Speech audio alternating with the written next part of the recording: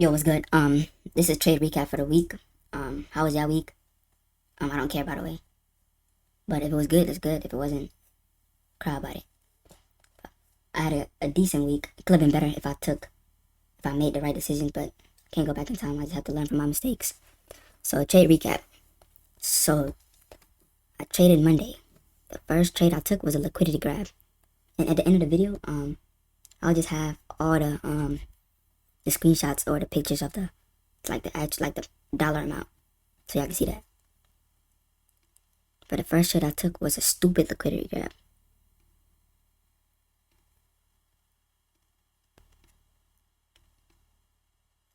Well, it wasn't dumb, but it just didn't play out. But I usually don't take liquidity grabs because I don't know how to use them correctly. Well, not yet at least. So the one I took on Monday, let me know down in the comments if you think it was valid or not. But the first one I took was this liquidity grab right here. Guy didn't break a candle. Obviously go for one-to-ones. Stops underneath the candle right here.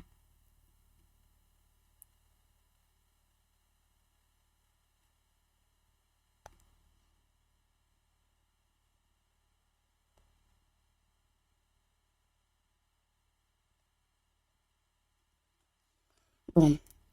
I'm targeting a one-to-one. I just got cooked in like 10 minutes.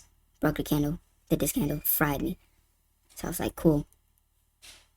So then I waited for another setup. This was the 9:30 candle. Obviously, you don't trade 9:30 candle. So I waited for this setup. I took two NAS setups on Monday. The second setup I took was this supply right here.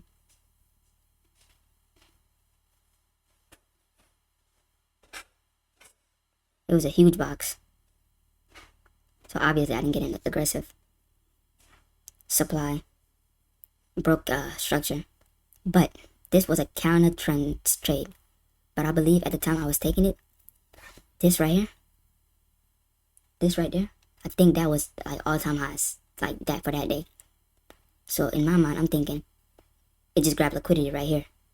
So it has no reason to keep going up. So I automatically knew, boom, this is a reversal. Because look what happened on during London session. It was steadily going up. Well, consolidated for a little bit, but then steadily went up. And then what usually happened here in New York, it reverses.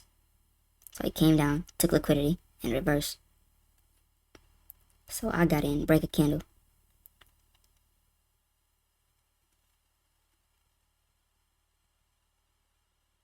Stops was above this candle right here.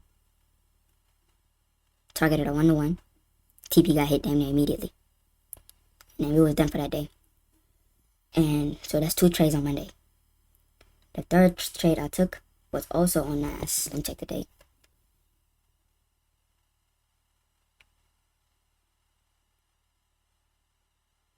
On the 23rd, the next day, which was Tuesday. Promote this.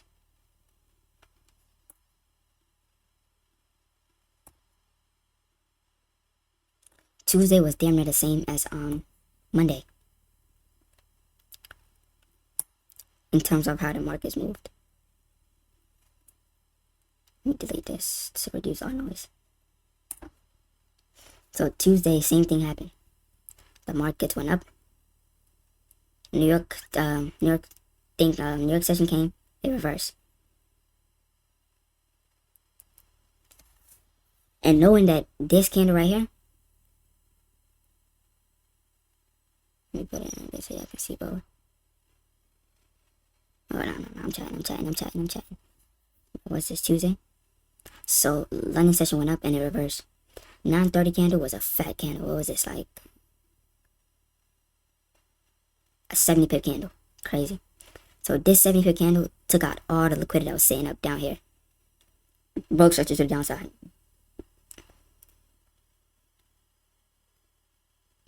This would have been a good liquidity grab if the break of the candle wasn't so high.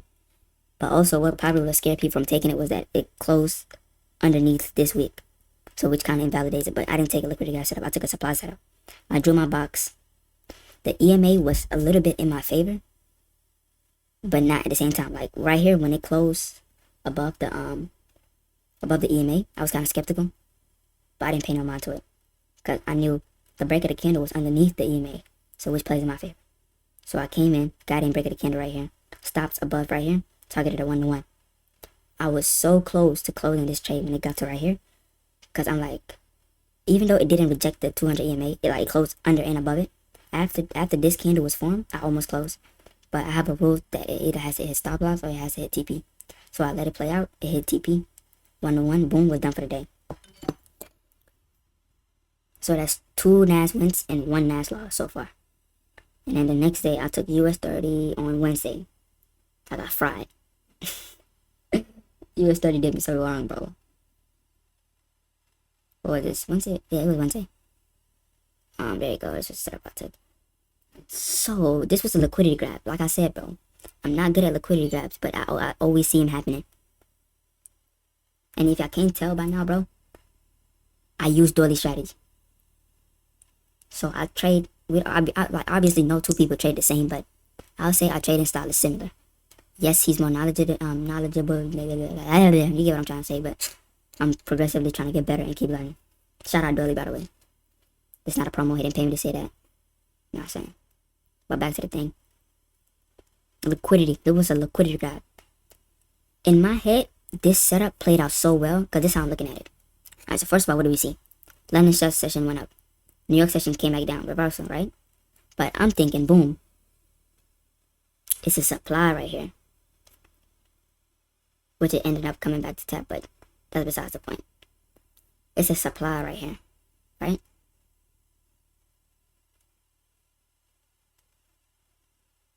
Alright, so boom. It's a supply. So I'm thinking it's gonna grab liquidity, come tap this supply, and then go back down to grab the rest of this liquidity. But US 30 didn't want to play like that. So what happened was, I got in right here, break of the candle.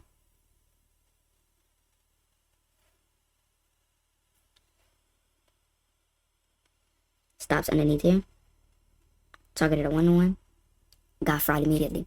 For some reason, all my losses happen within 15 minutes. Under 15 minutes. They don't take no longer.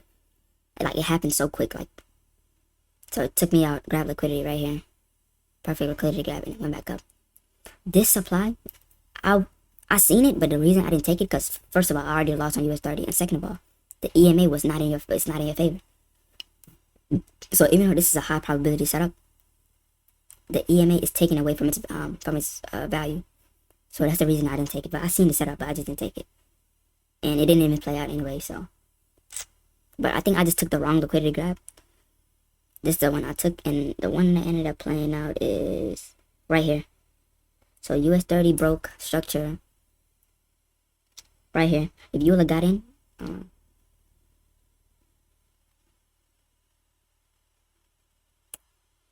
if you would have got in right here after it broke candle and lows underneath this candle, it was definitely a winner.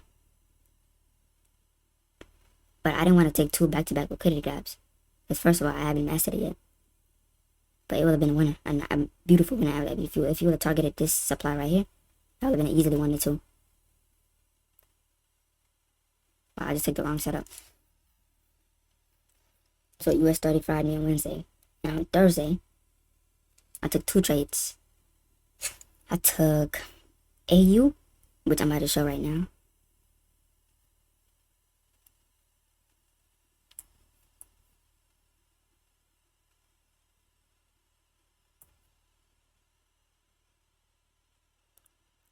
AU was a beautiful trade. So boom, this is this was news. This big candle right here was news.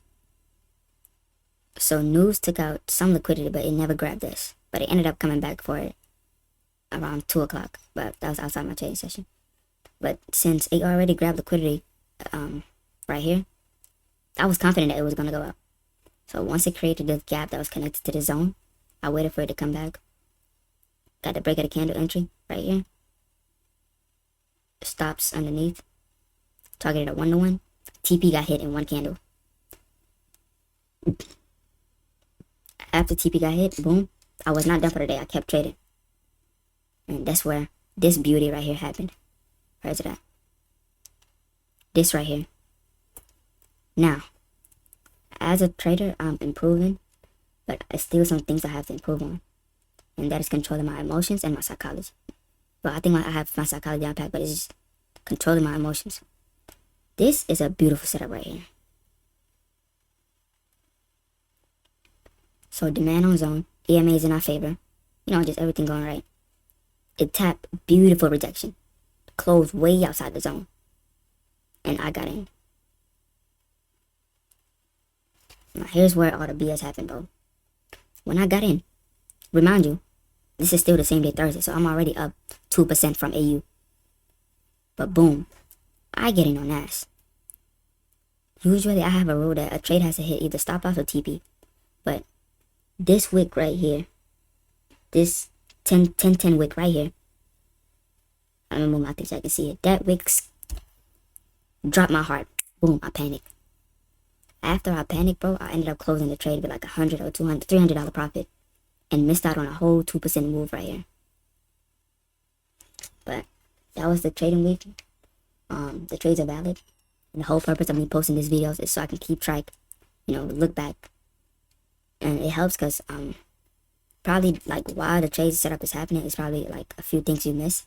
But like if you record it, well, sometimes I don't always record. But like doing these trade recaps like helps me like better, like it's like having a second look at the market, like an overall view of me looking at the markets instead of like, because when it's happening live, bro, it's things you miss that you don't even realize you missed till you go back and look back at it. So this right here helps me catch those small things and helps me like make tweaks I need to make to my strategy or whatsoever. But it was a W week. I'm definitely in profit. I'll post how much I'm up on my funded account and on the week. But I'm kind of pissed that I missed this trade right here. Tomorrow's Friday. I'm probably not gonna trade. I'm done for the week. Probably come back next week. And what was I gonna say? Oh, the goal is obviously to record every single trade I take, but that's just unrealistic. First of all, I have this. I'm not ungrateful, by the way, but my MacBook is trash, bro. I'm about to get a PC, so I can just stream better. And once I get a PC, I'll be able to record every single trade without having to worry about it lagging. Like right now, right here, like it's so choppy and laggy. But once I get a PC, we'll do that. But I'm not spending no personal money on this. The goal is for me to bust my behind, get funded, and use those profits to reinvest back into all of this, you know, to keep it going. But yeah, W week, we'll be back at it. Let me see if there's news next week.